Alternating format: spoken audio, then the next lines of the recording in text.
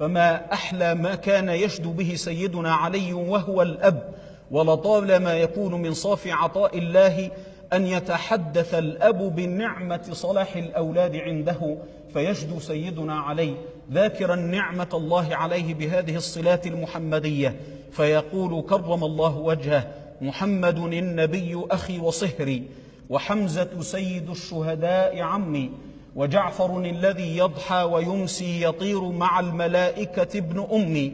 وبنت محمد سكني وعرسي، مشوب لحمها بدمي ولحمي، وصبط أحمد ولداي منها، فأيكم له سهم كسهمي. وما أحلى وما أجمع وما أنفع قول ساداتنا رضي الله عنهم حينما يروون الخبر مثل ما رواه الإمام عبد الرزاق في مصنفه، والطبراني في الأوسط، بل ولقد رواه الإمام الحاكم في مستدركه، كلهم عن سيدنا عبد الله بن سيدنا العباس رضي الله عنهما وأرضاهما وعن الصحابة أجمعين. قال: صلى بنا رسول الله صلاة العصر صلى الله عليه وسلم، فلما كان في الرابعة اعتلى ظهره الشريف سيدنا الحسن وسيدنا الحسين، فلا زال بهما حتى أنزلهما، فلما سلم صلى الله عليه وسلم أخذ سيدينا الحسن والحسين رضي الله عنهما وأنزلهما في كتفيه اليمنى الأولى واليمنى الثانية صلى الله عليه وسلم، وقال للناس مخاطبا: ألا أخبركم بخير الناس جدا وجده؟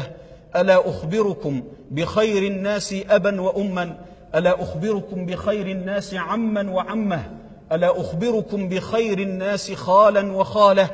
الحسن والحسين جدهما رسول الله صلى الله عليه وسلم، وجدتهما خديجة بنت خويلد، وأمهما فاطمة بنت رسول الله صلى الله عليه وسلم، وأبوهما علي بن أبي طالب، وعمهما جعفر بن أبي طالب، وعمتهما أم هانئ بنت أبي طالب، وخالهما القاسم بن رسول الله صلى الله عليه وسلم، وخالاتهما زينب ورقية وأم كلثوم بنات رسول الله صلى الله عليه وسلم. جدهما في الجنة، وجدتهما في الجنة، وأمهما في الجنة، وأبوهما في الجنة، وعمهما في الجنة، وعمتهما في الجنة، وخالهما في الجنة، وخالاتهما في الجنة، وهما في الجنة، ومن أحبهما في الجنة.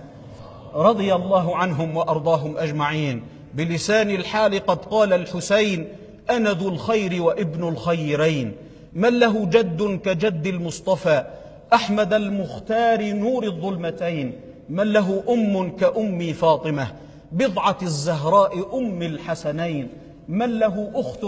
كأختي زينب بضعة الزهراء بشرى كل عين، من له أخ شقيق كالحسن طيب الأخلاق مبسوط اليدين، من له عم كعم جعفر ذي الجناحين أصيل النسبين، من له ابن تقي طاهر كابني السجاد زين العابدين، من له مثل أبي حيدرة بطل الأبطال في يوم حنين، عبد الله غلاما ناشئا وقريش يعبدون الوثنين، عبد الله إلها واحدا وقريش يعبدون الوثنين، خيرة الله من الخلق أبي